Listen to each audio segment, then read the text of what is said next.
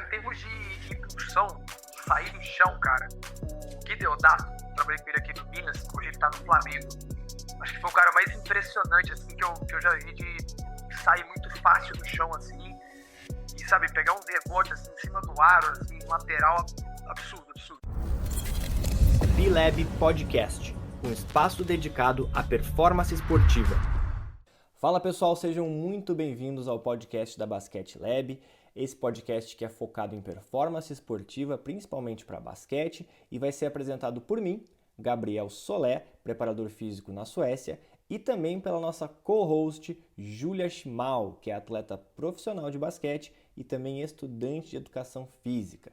Nesse primeiro EP da nova temporada, a gente vai conversar com o Pablo Marcelino. O Pablo é preparador físico do Minas Tênis Clube e já tem mais de 10 anos de experiência no NBB. O nosso podcast é dividido em 4 quartos, assim como um jogo de basquete, e cada quarto a gente vai abordar um tópico. Então a gente conversou sobre a experiência dele no NBB, a gente falou sobre a rotina dele dentro do Minas, sobre treinamento de força, controle de carga e também sobre capacidades físicas e características específicas de jogadores muito famosos que já passaram pela mão dele. Então a gente falou, por exemplo, do Gui Santos, que está aí bombando na NBA, do Jorginho, do Caboclo, a gente falou também sobre o Rafael Baby, entre outros. Então fiquem ligados aí porque tem muita informação importante e a gente dá esse start com o nosso primeiro quarto que está começando agora.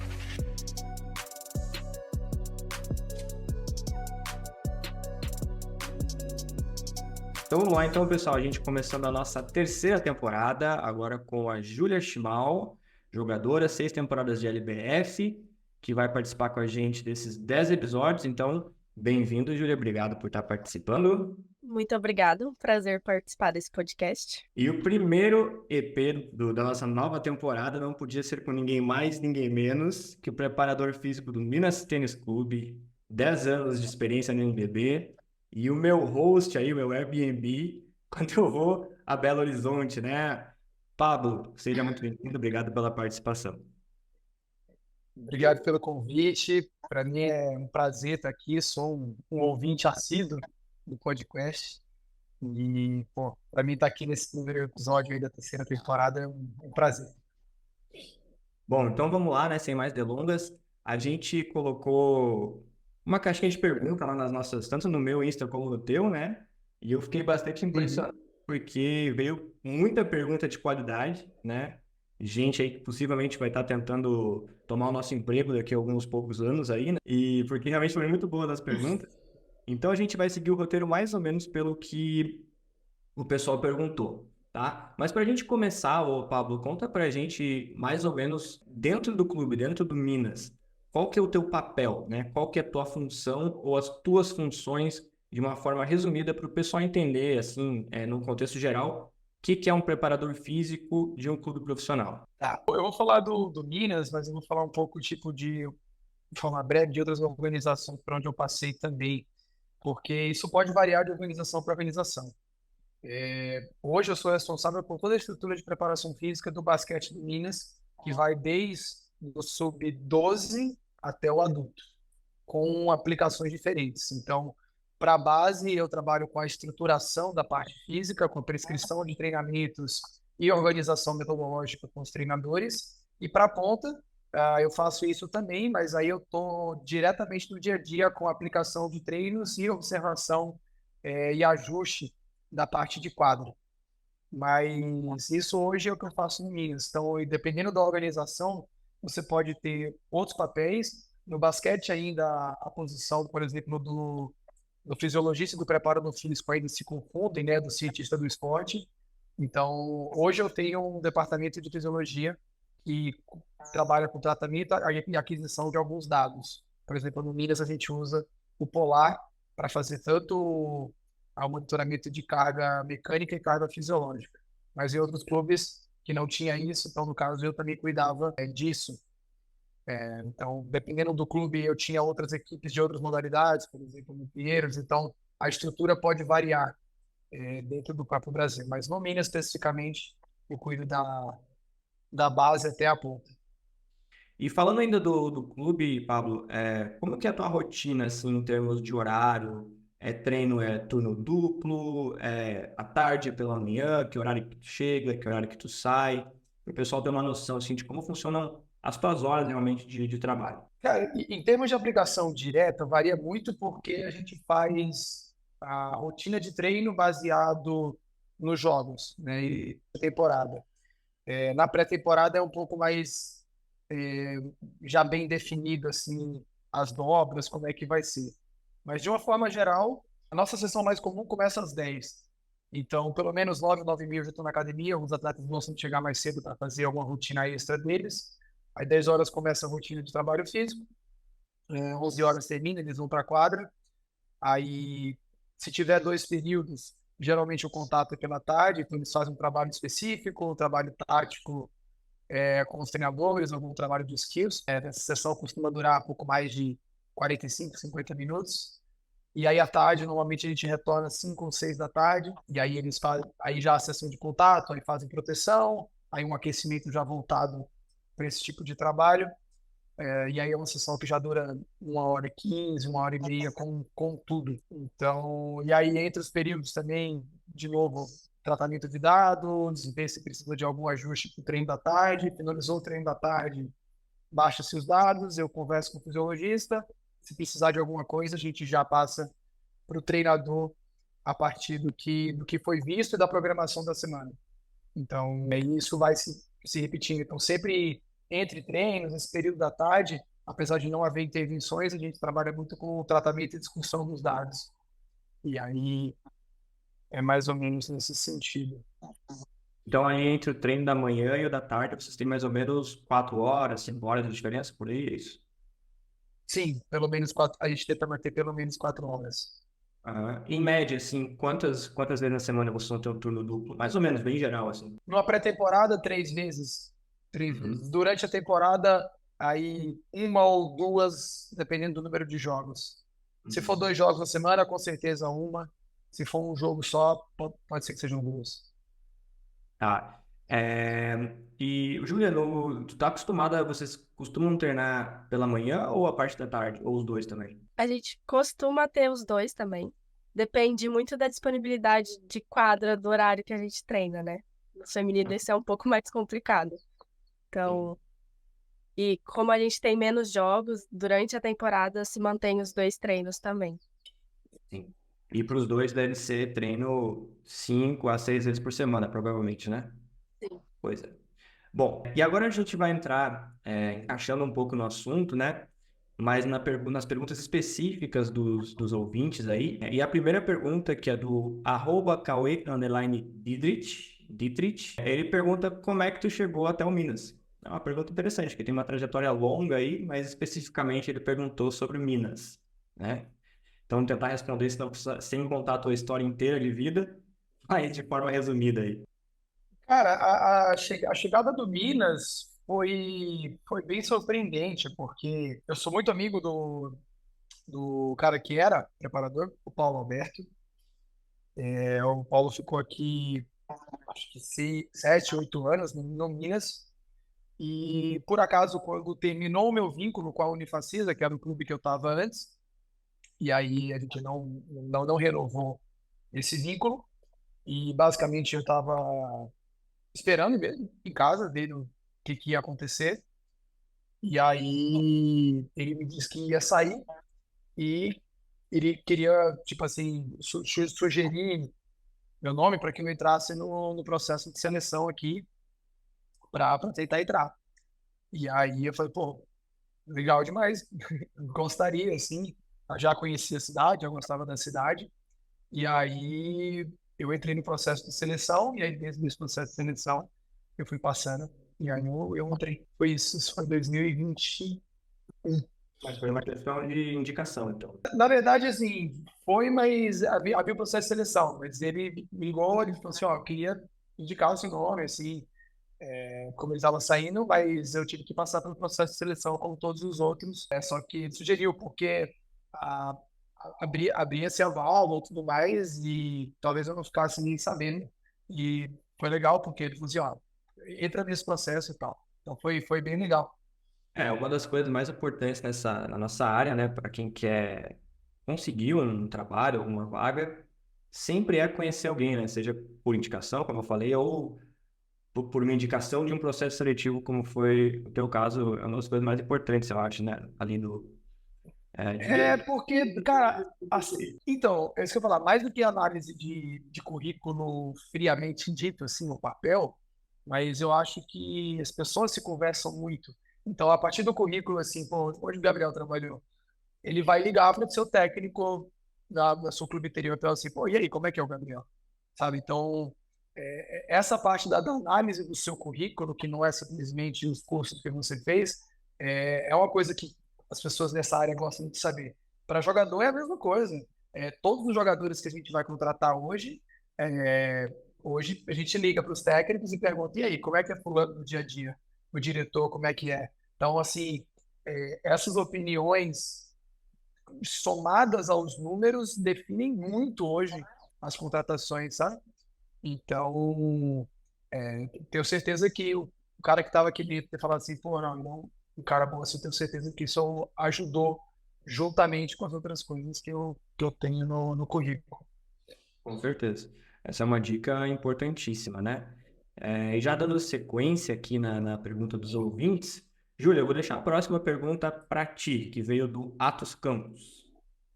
Ok. Ter mestrado e doutorado ajudou a conseguir trabalhar com esporte profissional? No meu caso, sim, mas não foi necessariamente por ter o mestrado. Vou explicar por quê. Eu decidi fazer mestrado com um professor que era muito da área prática. Então, a- apesar de ter a parte acadêmica muito forte, existia a parte prática muito forte também. Então, estar com ele, estar conversando com ele, me deu uma perspectiva prática muito boa. E foi por isso que eu decidi fazer mestrado. Eu nunca quis realmente estar na academia, dar aula, ser professor, nunca foi o objetivo. Eu quis usar o mestrado para estudar bastante a prática, né? E a metodologia científica me ajuda muito na prática. Mas hoje eu não tenho vontade de ser professor ou de ser universitário, nada do tipo. A gente não sabe amanhã, mas hoje não é a minha ideia. Então, me ajudou para ser um profissional melhor. O título em si, eu não acho que ajuda a prática hoje no Brasil. Eu não acho que é uma coisa que olham, sabe? Eu acho que é legal, essa é a minha perspectiva, né? Eu nunca trabalhei como gestor esportivo, mas o que eu vejo, assim, eu não vejo isso olhando demais, assim, acho que analisam muito, como eu falei antes aqui agora, a questão do perfil do cara, o perfil dele trabalhando e o que ele já fez, o que ele já desenvolveu dentro da área de preparação. Eu acho essa pergunta muito interessante, porque quando a gente entra na faculdade, a gente dá a entender, assim, que para a gente crescer na área, a gente tem que ir para o mestrado, doutorado, porque é um patamar que a gente precisa chegar. E eu acho que o mestrado é uma coisa que foi bastante importante para mim, pessoalmente também, assim como foi para o Pablo, principalmente por um fator que eu conversei com a Júlia hoje, inclusive, em off ali, que é o seguinte, o mestrado me ajudou muito a desenvolver um pensamento crítico, né? Então, a saber ler um artigo, saber se ele é de qualidade, se ele não é, buscar de onde estão vindo as informações, qual é a relevância daquela informação. Então, eu acho isso importante. Outra coisa importante, no meu caso, eu não sei como é em outras universidades, mas eu tive muita oportunidade de trabalhar com tecnologia no mestrado. Então, coisas que eu não tinha acesso nos clubes que eu trabalhei, eu tive acesso dentro da universidade e me deu essa vivência. Então, eu diria que o mestrado, ele é importante, mas, assim, em termos de currículo, não é de longe a primeira coisa que algum presidente de clube vai olhar para te contratar, longe disso. Em relação ao doutorado, né, que eu não fiz, mas eu sei mais ou menos como funciona, eu acho que é um estudo um pouco nichado demais. Então, o preparador físico, na maioria das vezes, dependendo da estrutura do clube, lógico, mas na maioria das vezes, ele é mais um generalista do que um especialista. E eu acho que a dedicação para fazer um doutorado não bate muito com a dedicação que se precisa para trabalhar com preparação física em esporte de alto nível. Então, no momento, eu não faria doutorado, mas talvez é uma coisa que eu pense mais no futuro, assim.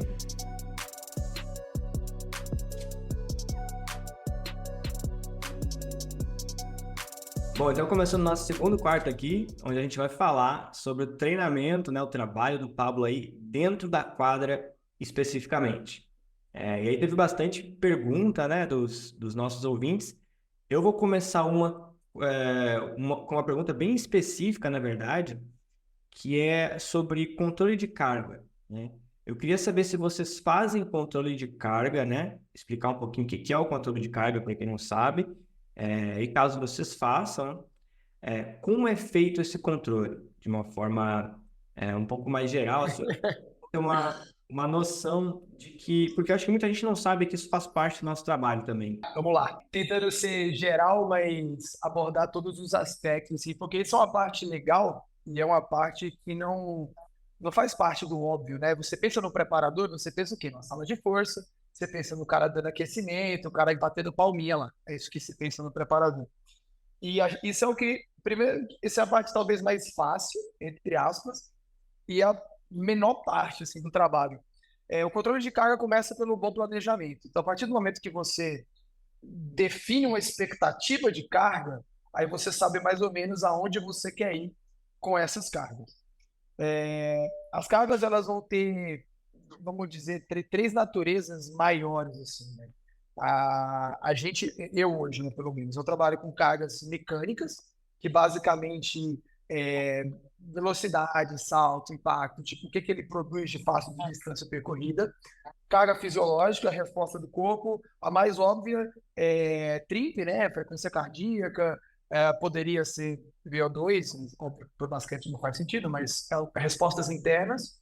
E a gente tem a dimensão perceptual, que é como o atleta integra tudo isso e responde, que a mais comum é a PSM, a percepção subjetiva do esforço, que é a percepção dele, que aí envolve outros centros que não só mecânica e fisiológica, mas é a dimensão que a gente chama de perceptual. E além disso, para deixar ainda mais difícil a equação, você tem natureza de estímulo. Então, dependendo de como você manipula as variáveis, por exemplo, a mais comum do basquete, que é tipo assim, vamos jogar a quadra inteira ou vamos jogar mais meia quadra. Esse tipo de intensidade que você vai produzir, que seria mais sprints ou mais acelerações e desacelerações, podem gerar efeitos diferentes para o que você quer em termos de adaptação. Isso é uma coisa que, para mim, que trabalho um pouco com essa lógica de planejamento de treino, vai ter muita diferença quando eu for pensar em volume, intensidade e natureza de estímulo. Então, juntando tudo isso, a gente vai monitorar alguns aspectos, que nem eu falei lá no bloco anterior, que a gente usa hoje um acelerômetro e um cardiofrequencímetro. Então, isso aí já vai gerar para mim distância percorrida, número de sprints, número de acelerações.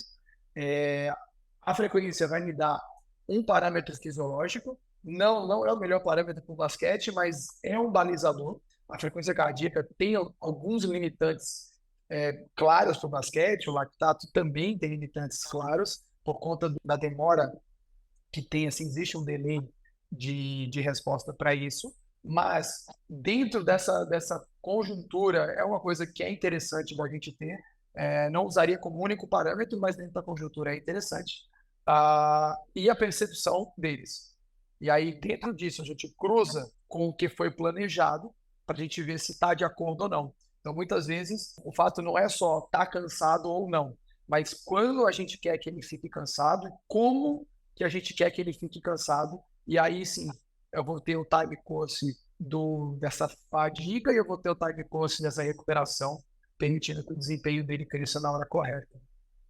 Então, e pensando na questão bem prática de aplicação de treino, assim, quando tu quer um treino com mais volume, quando tu quer um treino com menos volume, daqui a pouco mais intensidade, como é que é feita a comunicação disso para quem vai de fato aplicar o treino, que é o staff técnico? É por faz por minutagem, por exemplo, hoje eu quero 20 minutos 5 contra 5, ou tu tem uma outra forma de comunicação, como é que geralmente tu passa isso? Não, o que é que eu faço, assim, eu primeiro, sempre que eu chego num clube com um técnico, né, eu tenho que entender como que ele pensa o treino dele.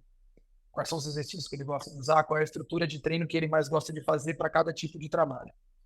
Dentro dessa estrutura, eu vou encaixando os objetivos físicos. Eu meio que mostro para ele cada exercício, qual é a característica dele.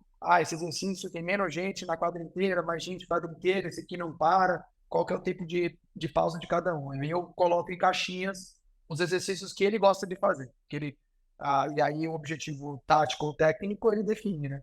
É um contra um, mas e um objetivo é X, o outro é Y, mas é tudo um contra um.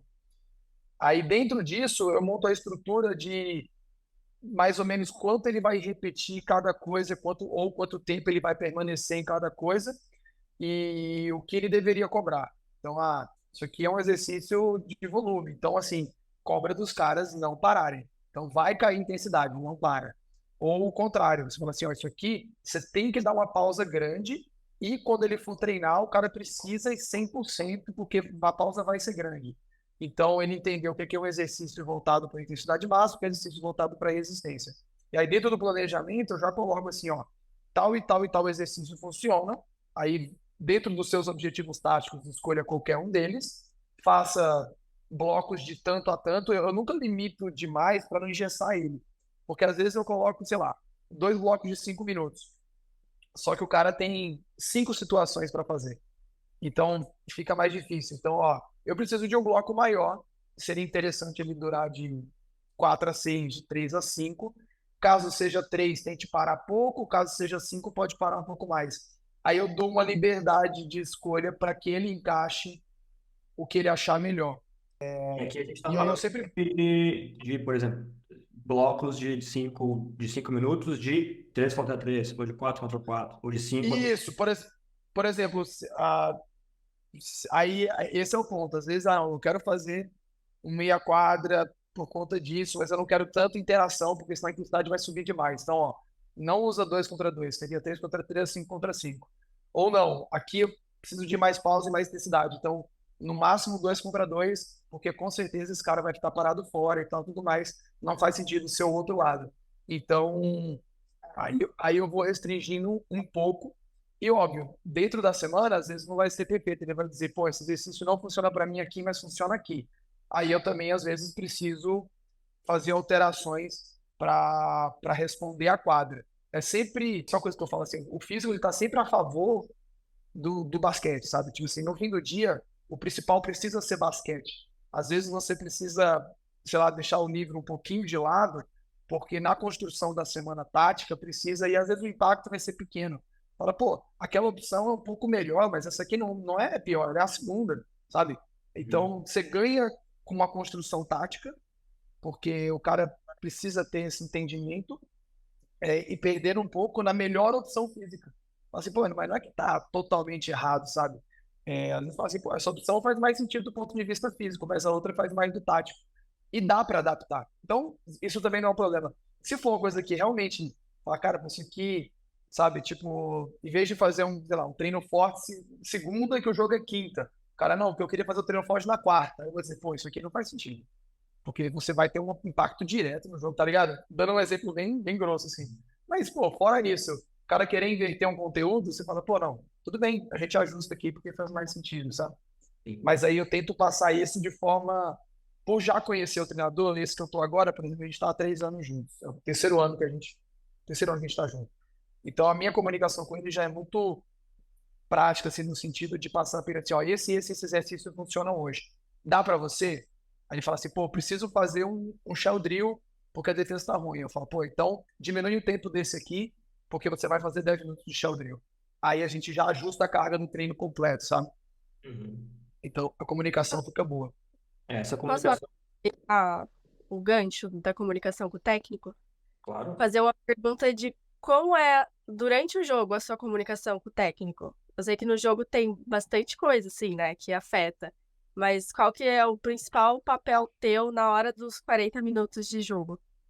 Ah, A gente se comunica de forma direta por um assistente. Isso aí é uma coisa que desde o time anterior que eu trabalhava era assim, a gente concentra a informação em uma pessoa só. Antes a gente trabalhava todo mundo chegando no técnico, em outro time que eu passei. Eu confesso que era um pouco caótico, porque ele já está com muita coisa. Então, concentrar a informação em um assistente eu acho bom. Então, eu passo para o assistente passa para ele. Como que eu trabalho? Como a gente tem um fisiologista, ele fica mais debruçado na questão de dados mesmo, tipo de quem está com um dado maior, um dado menor. Isso vai ajudar no processo de decisão, principalmente mais para o final do jogo. E eu vou controlando o tempo que ele passa seguido em quadra, para que isso não afete performance dele, e vou olhando mais reações em quadra. Por exemplo, eu oro muito linguagem corporal, frequência respiratória, atitudes. Então, um atleta já está com a postura um pouco mais alta, o atleta já está um pouco menos reativo, o atleta já parou de ir em bolas que eu sei que ele vai. Então, o atleta tem costume de ir para o rebote de ataque, ele parou de ir para o rebote de ataque. O atleta tem costume de fazer um instante muito bom e ele já está com um instante muito curto, sabe? Então, essas ações que eu vejo que estão pegando, eu começo a identificar um pouco mais de fadiga periférica ou fadiga central, eu começo a entender e falar assim, ó, fulano já está começando a cair performance. Dependendo do tempo, pelo quanto a gente conhece um atleta, eu vou olhar assim, pô, já está 5 minutos seguidos e o jogo está com pouco lance livre, o jogo não teve tempo técnico, eu falo assim, ó, fulano daqui a 1 minutinho provavelmente vai começar a cair desempenho, ver se vale a pena trocar. E uma coisa que eu, pelo menos, adicionei nos últimos anos, assim, porque eu tive a oportunidade de trabalhar com um técnico que ele via era uma filosofia bem parecida com a dos portugueses, assim, do preparador ser um assistente e tudo mais. E foi eu precisei estudar muito a parte tática do jogo, porque era uma demanda dele, assim, e foi muito interessante para mim, porque hoje, muitas vezes, eu consigo conversar com os treinadores, mesmo sem saber a parte pesada da parte tática, mas por conhecer característica de jogo e algumas coisas que eles estão propondo, eu tento ler os planos de jogo, eu tento não, todo plano de jogo eu leio, mas eu não participo da decisão, né? Depois que está pronto eu leio. Porque aí na quadra, às vezes, eu consigo sugerir para o assistente já soluções. Então eu falo assim, ó, o que você acha do fulano ciclano? Vamos jogar 3 grandes? Será que dá para colocar? Porque às vezes eu sei que o 4 da gente tá jogando pouco, mas os laterais estão sobrecarregados. E eu sei que é um quadro que faz 3. Então eu já viro assim e falo, pô, dá pra gente jogar com 3 grandes e colocar o fulano? Porque aí o outro aqui a gente consegue segurar para no segundo tempo ele não tá com tanta sobrecarga. Então eu já tento dar soluções pro jogo trazendo. Ah, sempre funciona? Não, mas algumas vezes eu consigo ajudar nesse sentido também. Então, eu acho que eu considero isso, e é uma dica que eu dou para os preparadores, assim. Às vezes a gente fica debruçado muito na parte técnica de entender de skills, de movimentos, tipo, qual é a perna de propulsão, perna de salto, vetor horizontal, vetor vertical, que é muito importante. Mas a parte tática para tomada de decisão em beira de quadra ajuda na comunicação com os assistentes e com o técnico, além de dar muita credibilidade para o que vocês falam para eles. Aí, eu queria perguntar também em que lugar do banco tu fica sentado? Tu fica do lado do assistente ou tu fica no fundo? Eu sempre fiquei perto dos assistentes. No Minas, eles tinham o costume do preparador sentar junto com o físio na ponta do banco. No primeiro ano eu sentei lá, mas confesso que começou a me irritar e eu fui para perto dos assistentes de novo, porque eu tinha que ficar andando o banco inteiro. E tipo assim, quando você anda o banco inteiro, todo mundo do banco sabe que você tá indo falar alguma coisa para tirar alguém do jogo. Aí todo mundo ficava olhando assim, aquilo ficava me irritando, cara. Aí eu falei, depois no segundo ano eu falei assim, não, não, não, eu vou pra ponta do banco, aí eu quero falar com o assistente, eu olho pro lado, falo com ele, tá tudo certo. Aí eu falei, não, não, ponta do banco não dá pra mim, não. Esse ano eu tô na ponta, mas eu já tô começando a ficar irritado, já tô Cara, não, e parece que você é o mensageiro do mal presságio, que você vai andando a banca inteira, o banco fica te olhando e fala assim, quem que ele tá indo tirar? Porque é isso. Você tá indo lá e fala assim, ó, fulano tá cansado. Aí fica todo mundo já na expectativa assim, tipo, será que eu vou entrar? É só isso, é só isso. Aí eu falo, não, não, aí eu falei, não, mudei. É porque como eu sou muito enérgico, tinha um dos assistentes que ele ficava brigando comigo, que eu ficava gritando muito. É, Aí eu falei, não, aí eu virei pra ele e falei, ó, parou, falou que quer silêncio, vai pra igreja, irmão, vambora, aqui é gritaria, vambora. eu vejo, meu Deus, quando tá passando aquecimento ali, a tua expressão corporal é de muita energia, assim, é tipo, tá no hype total ali, né? Mas e olha que hoje eu tô tranquilo, tá? Eu já fui pior, já fui pior.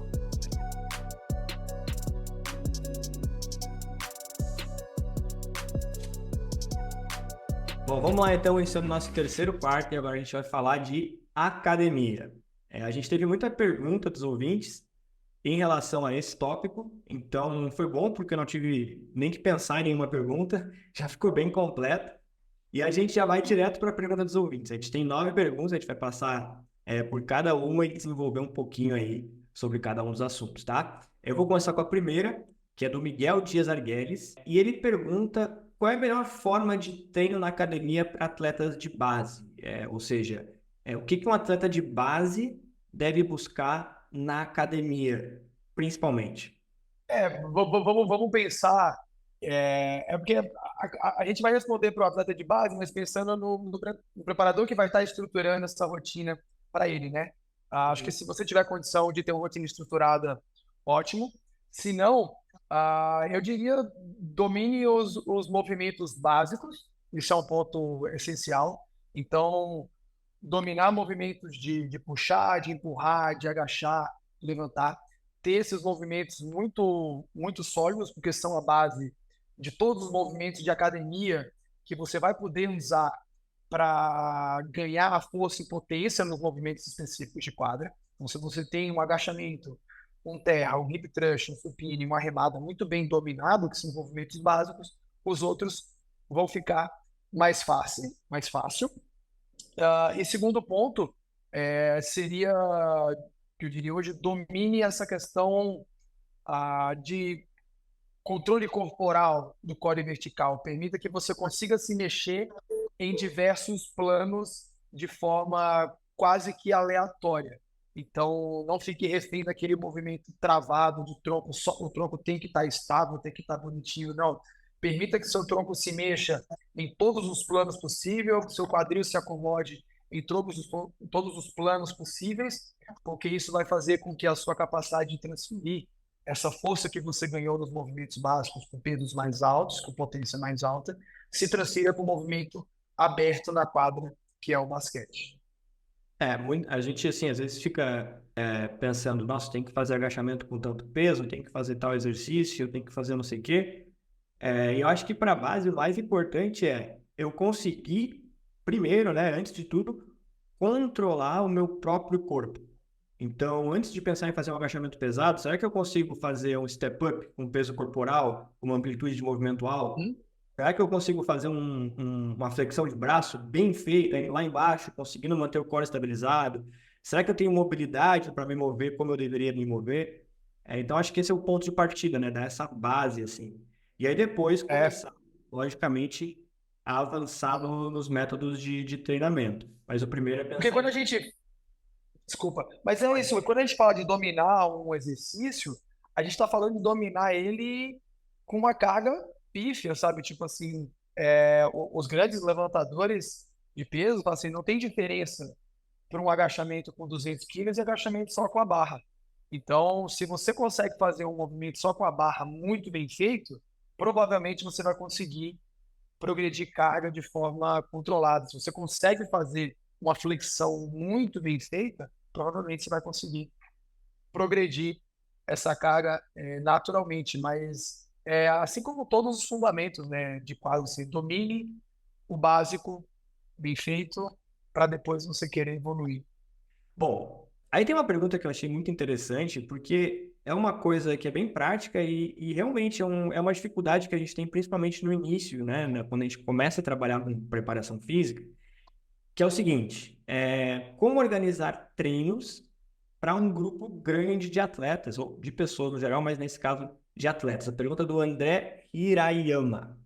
Cara, esse tópico eu acho sensacional, esse tópico, porque eu já vi foi uma palestra, Floripa, eu não vou lembrar exatamente não, que falava um pouco disso, de estratégias para tornar o treino dinâmico. E eu acho que o primeiro ponto é você analisar a sua estrutura física. Então, assim, o que você tem disponível na sua sala?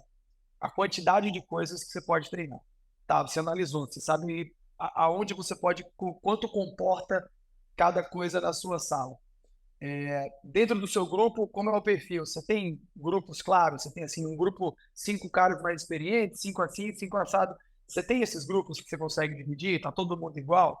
Porque se tiver, você pode já juntar essas pessoas por afinidade.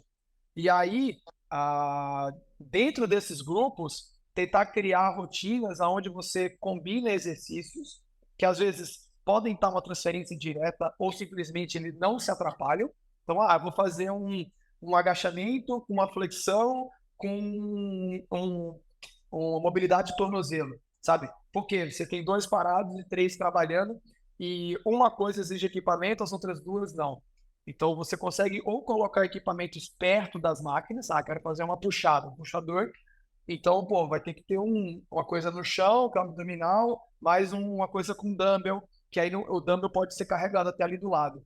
E aí você criar grupos, criar estações para deixar a sua rotina mais dinâmica, né? Levando em consideração que, sei lá, no Brasil não existe nenhuma estrutura nível college, onde você tem 20 power hacks num galpão lindo, sensacional, com a marca da sua instituição, onde você pode ter 1 por cada ou 2 por cada.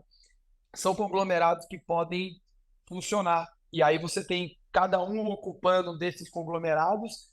Se não tiver muita máquina, você pode ter uma estação de chão, uma estação de máquina, uma estação de peso livre. E aí as coisas vão rodando nesse sentido, né? Fora estratégias de treino que você pode usar. Então, tem algumas estratégias de treino em circuito que são muito legais em si, onde o cara tem que fazer um certo tempo. Tipo, o Tabata é o mais famoso, né? Ficou muito famoso o Tabata, mas nada mais é que um intervalado que pode ser utilizado. Então, cada um está começando alguma coisa e você controla por tempo, fica uma coisa mais estruturada.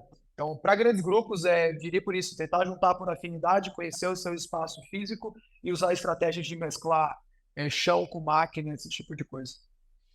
Aqui, é interessante nessa pergunta, e aqui eu tenho...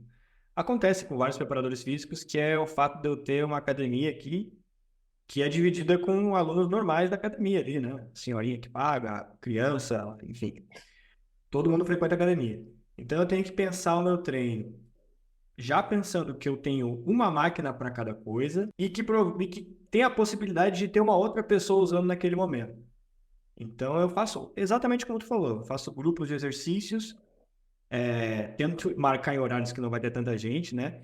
E aí dentro dos meus grupos de exercícios, geralmente vai ser uma máquina, ou um hack, ou uma barra, alguma coisa assim, junto com outros 2 exercícios que eu não preciso de muito material, que eu preciso de repente só de um halter, ou de uma anilha, pode ser um trabalho de abdominal.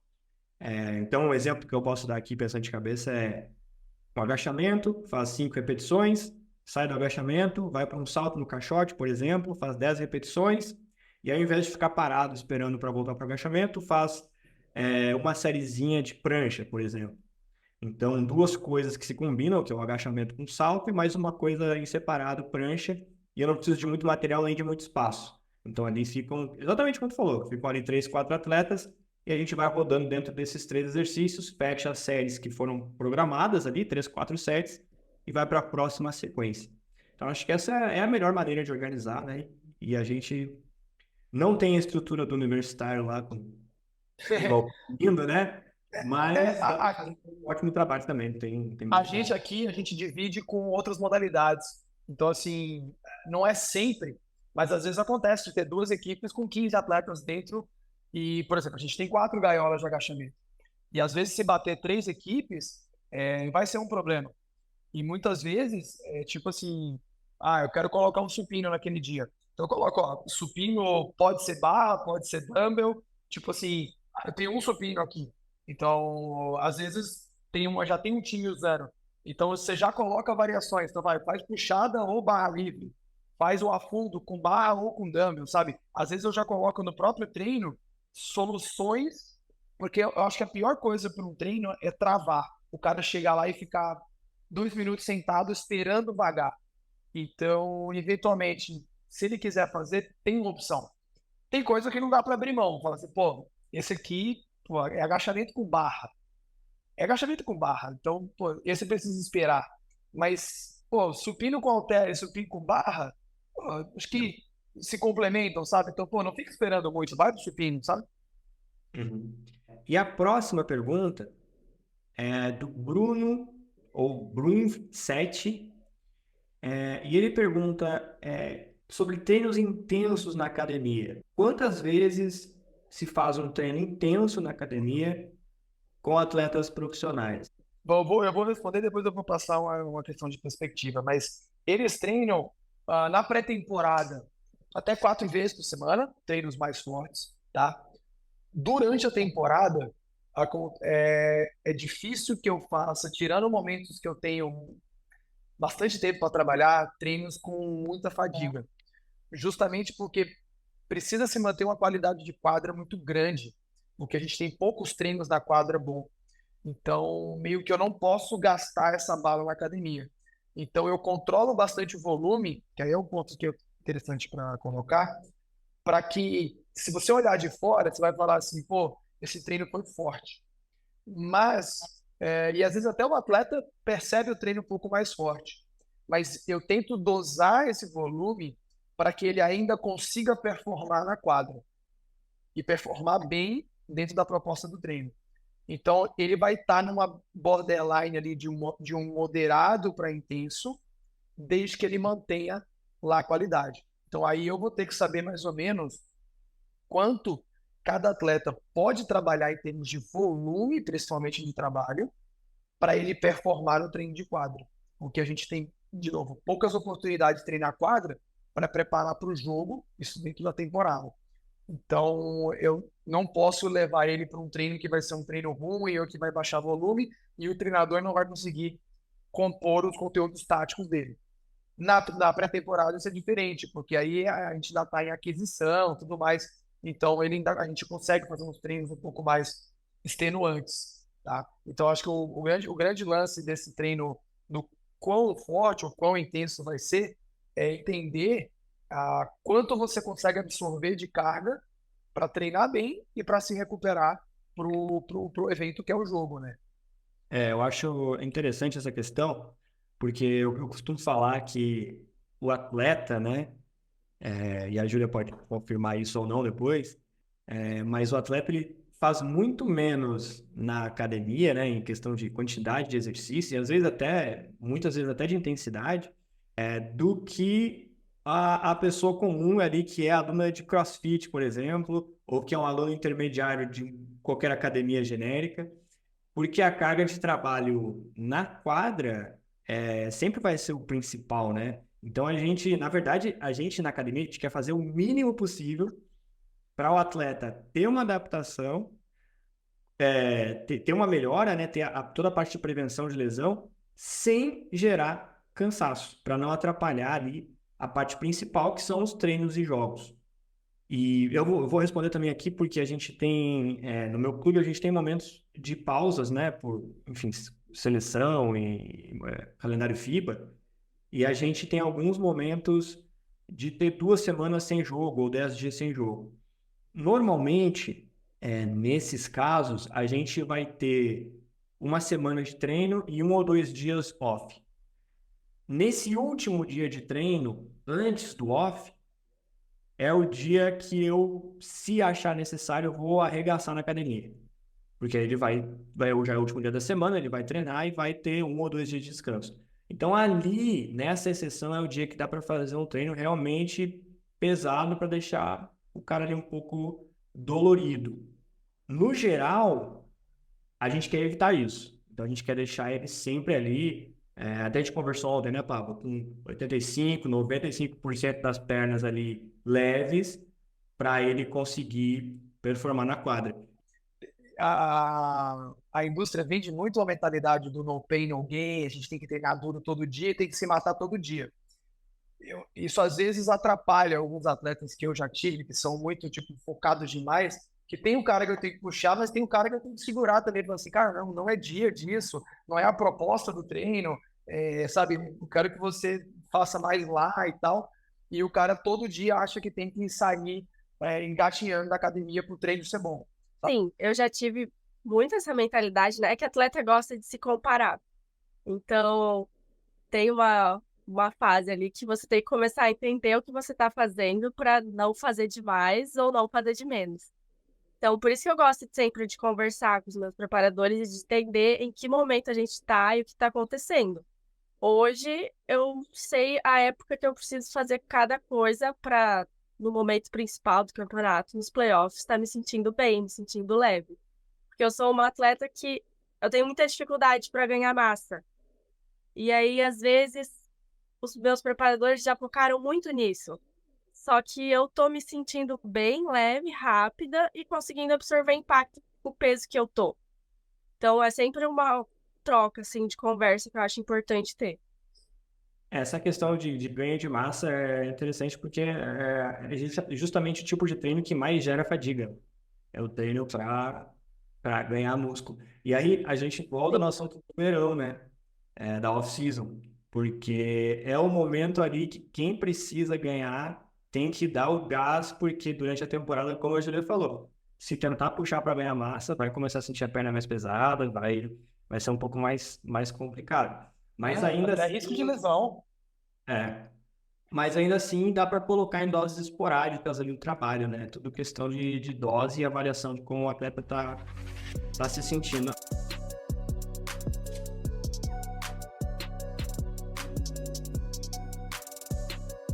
Bom, vamos lá que agora é o último quarto, que vai ser sobre opiniões, perguntas mais gerais aí, e acho que vai ser bacana. Vamos fazer bem bate-bola, tá? Então a primeira pergunta é o seguinte: até hoje, qual atleta que mais te impressionou fisicamente que tu trabalhou, né? Obviamente. Cara, em termos de impulsão, de sair do chão, cara, o Gui Deodato, trabalhei com ele aqui no Minas, hoje ele tá no Flamengo. Acho que foi o cara mais impressionante, assim, que eu já vi de sair muito fácil do chão, assim, e, sabe, pegar uns rebotes, assim, em cima do aro, assim, lateral, absurdo, absurdo. Aquele cara, ele Ele, é, para no ar, assim. cara, e, tipo, não precisa de muito impulso pra saltar, sabe? Acho que ele foi um dos caras, eu não lembro se eu tive outro que saltava 60 centímetros no CMJ sem braço, sabe? É aquela Lá no pessoa que tapete. salta sem esforço, assim, ele só salta. Parece que não tá fazendo Não, nada. não, e ele chegava na academia, cara, tipo, mancando, com a mão nas costas. Ô, Fabrinho, hoje tô mais ou menos, hein? Aí ia, dava um trote na esteira, aí ia pegando no tranco, aí vamos fazer o salto de controle aqui na academia. Pum, 62. Falando, você tá de sacanagem. Nossa Só olha o Senhora. cara entrando na academia, vocês desacreditavam. Aí, mobilidade e tal, não sei o quê. E se tivesse competição, se tu fosse pilhando ele, aí o céu era o limite. Em termos de força, cara, de força bruta, já tive bons pivôs, cara. Mas eu acho que o Rafael, o Bailey, trabalhei com ele uma temporada só. Foi meia temporada, na verdade, no Pinheiros. Era um cara muito duro, assim, muito duro, assim. Pô, 10 anos de NBA, sei lá quantos, assim, mas, tipo, não é por acaso, né? Mas era um cara difícil mexer, o cara, e ao mesmo tempo era um cara móvel, girava no poste baixo, assim. Era um cara muito, muito, muito duro, velho. E em termos de resistência, cara, o Alexei, que hoje está jogando no México, no time do Capitanes, time que está jogando de liga, foi o cara mais impressionante assim, que eu já vi em termos de jogar 38 minutos e, sabe, matar a última bola, do jeito que chutou, já pegar o cara a quadra inteira. É surreal, assim, o quanto que ele não cansava. E os dados, assim, era um cara, pro pessoal aí da área, como se ele tivesse, sei lá, o segundo limiar dele fosse 99%. Era tipo isso, porque ele jogava com a frequência altíssima, muito perto da máxima, durante 40 minutos. 40 minutos ele jogava com a frequência muito alta e você olhava para ele, assim, ele não era um cara que parecia que estava correndo a 99% da frequência máxima, assim. E eu, na última bola, marcava igual a primeira, assim, quadra inteira, pegando o melhor armador. Eu lembro de um jogo que, na Basketball Champions League, que ele matou a bola da vitória e defendeu a bola da vitória. Matou para virar e pegou o Iago, né? O Iago que hoje está na Estrela Vermelha, e marcou o Iago nessa última bola. O Iago errou o floater e ele tinha jogado, sei lá, pelo menos 35 minutos nesse jogo, assim, surreal, surreal.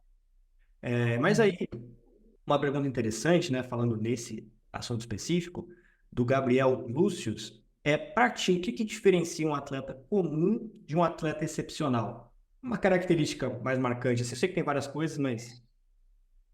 Mental, com certeza. Com certeza é o mental. Eu tava conversando isso ontem com o treinador. Para mim, o que diferencia os níveis de atleta, primeiro, o cara tem que ter alguma skill que torne ele atleta. Então, ele tem que ter alguma característica que ele vire atleta, seja física, técnica, tática, inteligência de jogo.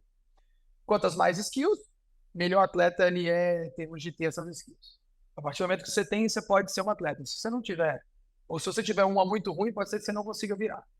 Dentro desse virar, você vai ter a capacidade de repetir isso. Então, o quanto que você consegue todo dia performar isso. Então, você é forte todo dia ou você é forte no começo da semana, depois você morre? Você mata a bola todo dia ou você faz jogo de 20, 0, 18, 2? Ou todo dia você deixa 10? É diferente o nível de constância. Um atleta que consegue todo você marca bem todo jogo, você marca bem em jogo fácil, sabe? Você marca bem o melhor do time do top ou você marca bem o cara que não bate para dentro? Então, assim, se você conseguir fazer isso todo jogo de forma consistente, você já é outro nível de atleta. E aí o terceiro ponto para mim, que aí é o que diferencia, em jogo importante.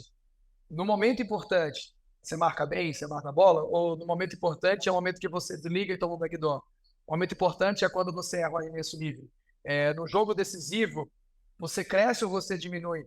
Então, por isso eu falo assim, você tem skill, você não deixou de ser um chutador naquele jogo, mas se teve 10 jogos importantes na temporada e só em 2 desses jogos você matou bola livre, ou matou bola de 3 pontos, que é a sua especialidade, você tem um mental envolvido. Então, eu acho que é isso assim, você tem que adquirir essas skills, óbvio, você pode melhorar elas, mas o que vai diferenciar o normal de um excepcional vai ser isso, capacidade de repetição e capacidade de tomar decisões boas em momentos difíceis. Agora, quando tu falou isso, me veio uma imagem na cabeça, que foi há uma semana atrás. Eu fui lá em Estocolmo, na frente de 8.000 pessoas, faltando 20 segundos para acabar o jogo. A gente atrás 3 pontos e o meu ala com a bola na mão, sendo pressionado por 2 ali, e acho que 2 metros de distância dele, o armador, que tinha acabado de fazer os últimos 15 pontos do time, não estava errando nada, completamente livre, do lado do ombro dele, assim, era só largar a bola, e ele ia meter aquela bola.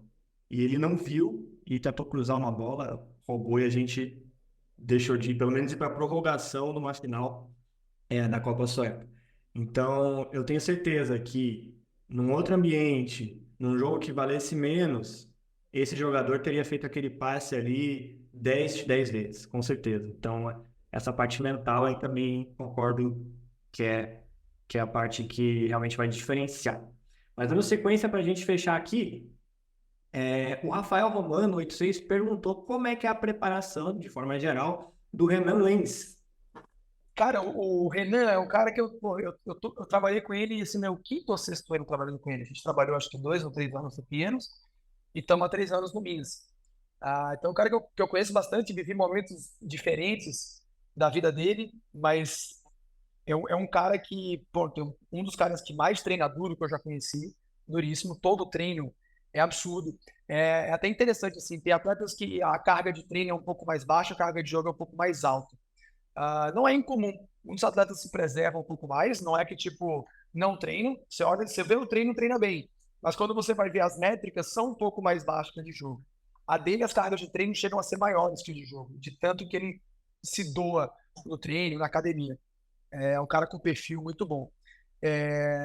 Ele, para mim, é um exemplo, assim, de profissionalismo que a gente gostaria que os jovens seguissem. A gente fala que é um ótimo modelo para se ter uma organização.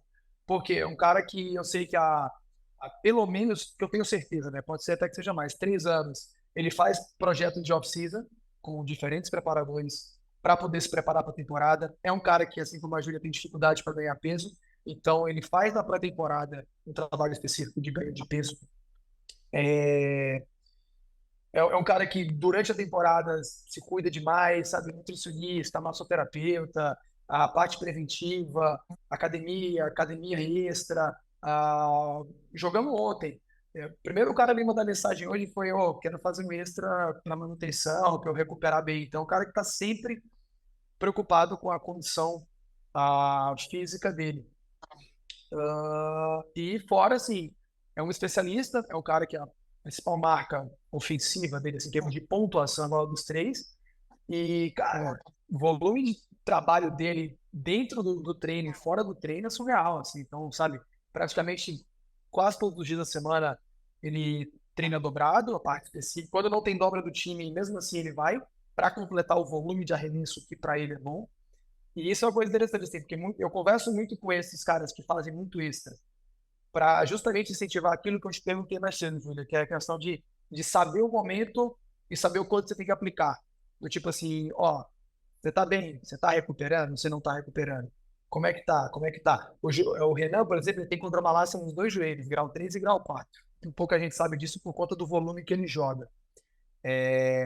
E, cara, ele se cuida tanto que ele não tem dor no joelho, ele não se sente incômodo. É um dos caras que mais corre no meu time, é um dos caras que mais pula no meu time, e não tem problema, sabe?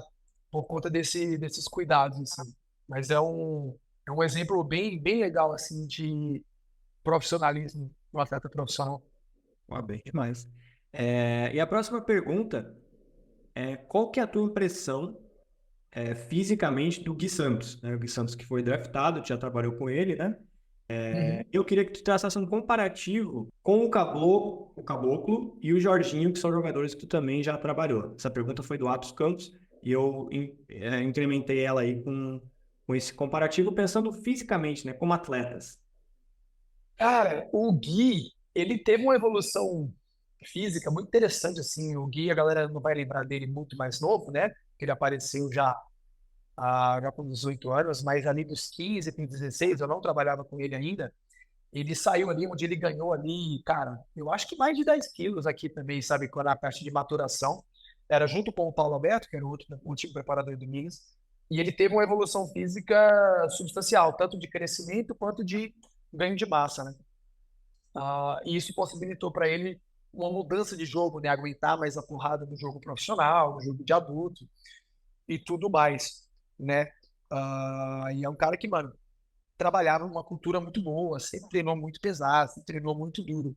Após a ida para a NBA foi surreal, assim. Acho que a estrutura, tanto de, é óbvio que os profissionais que estão lá, além de estar num celeiro muito bom, né? Que é o Golden State. Eu não conheço pessoalmente, mas alguns amigos já foram lá e falam que o departamento de ciência e preparação lá é incrível, né? Que eu não gosto dessa ideia de porque a NBA tem que ser o melhor do mundo, mas o Golden State especificamente, colegas meus já foram lá dentro, conheceram as pessoas e falaram, cara, é muito bom mesmo. Então acho que essa estrutura de performance possibilitou ele ainda mais, né? A última que eu vi, ele tinha ganho também 6, 7 quilos.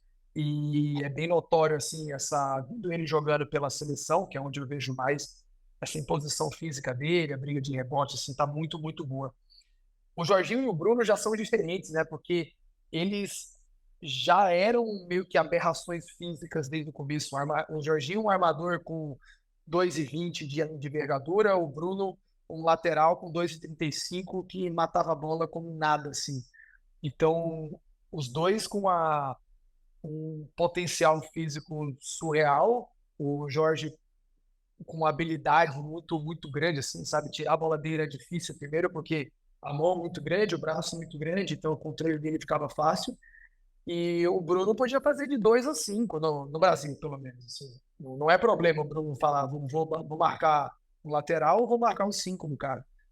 Então, assim, é o cara que fatalmente não é surpresa serem aproveitados por elite de basquete, tanto NBA quanto de Europa, né? A gente sabe que a NBA tem outras coisas com relação ao espetáculo, é um basquete diferente, né?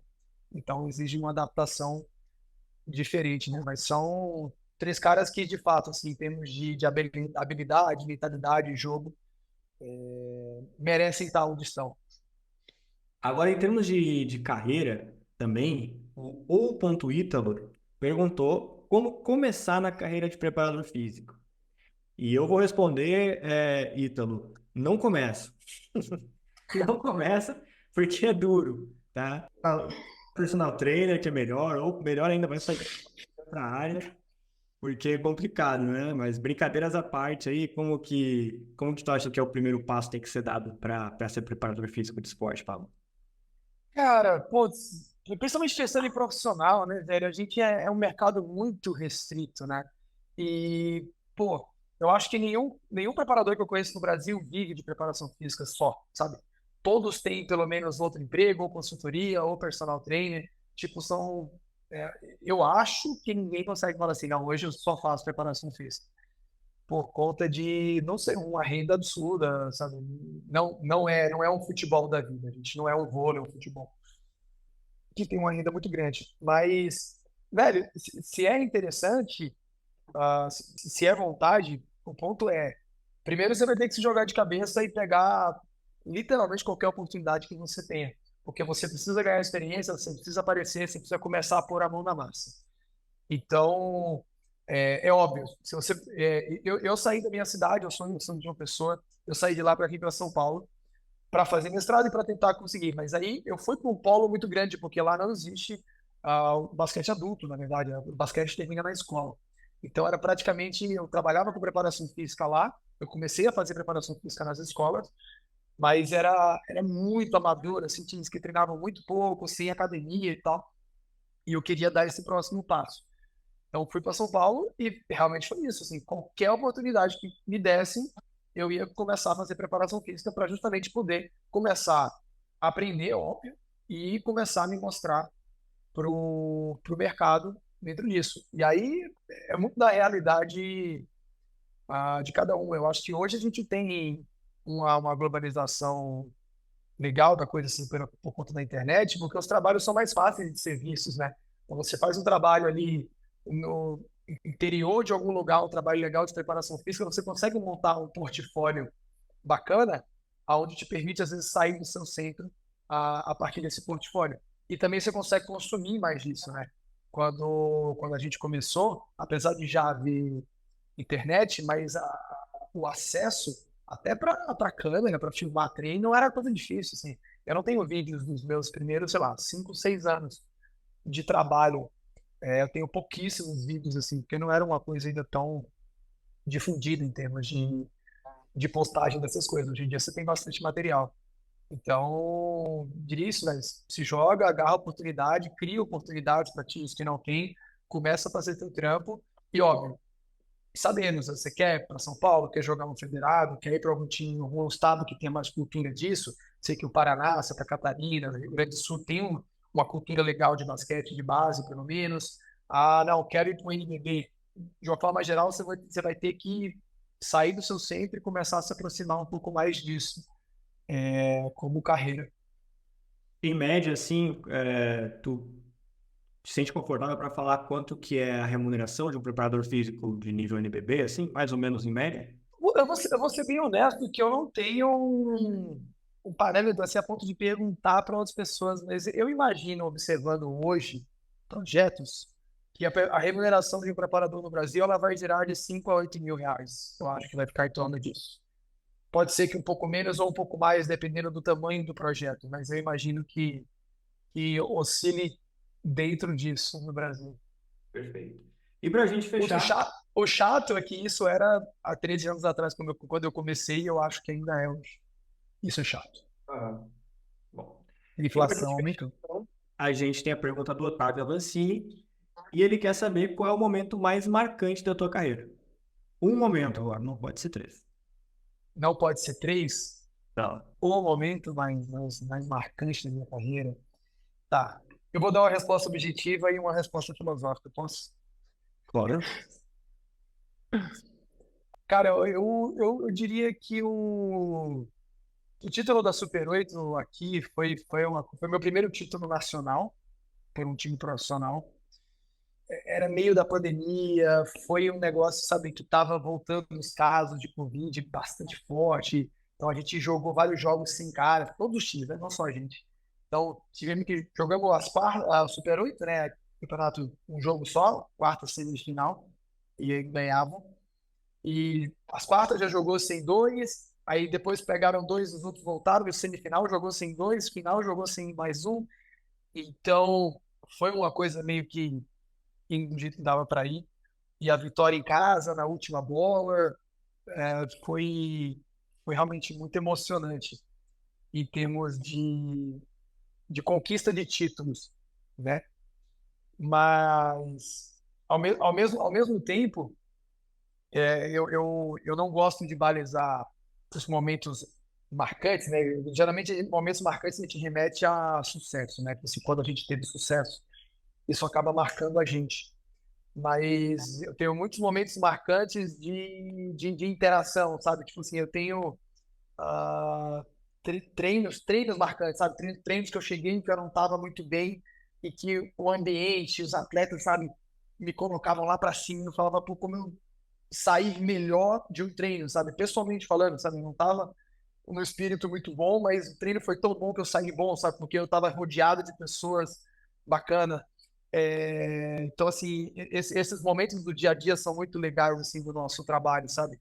E fora as vidas que a gente transforma, sabe? Tipo, atletas que anos depois ou durante a temporada, sabe? Tipo, vem te agradecer pelo treino que você deu, porque ele aprendeu muito com o seu jeito de dar treino, sabe? Assim, pô, o jeito que você dá treino, o jeito que você fala com a gente me fez uma pessoa melhor, ou, sabe? Hoje eu tenho mais disciplina, ou eu acho que eu consegui evoluir fisicamente.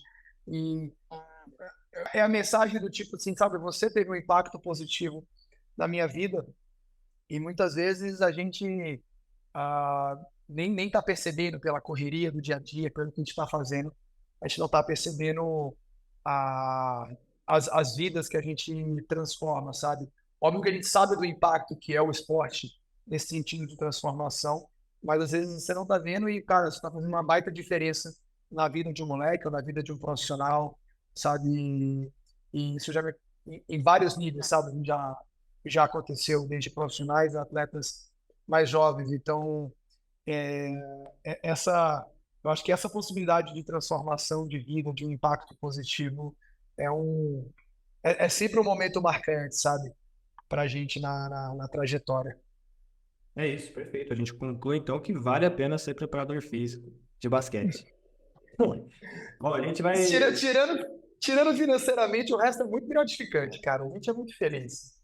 Bom, a gente fecha com essa então. Agradecer a presença da nossa co-host, a Júlia. Obrigado, Júlia. Obrigada a vocês. Admiro muito o trabalho dos dois, muito bom participar.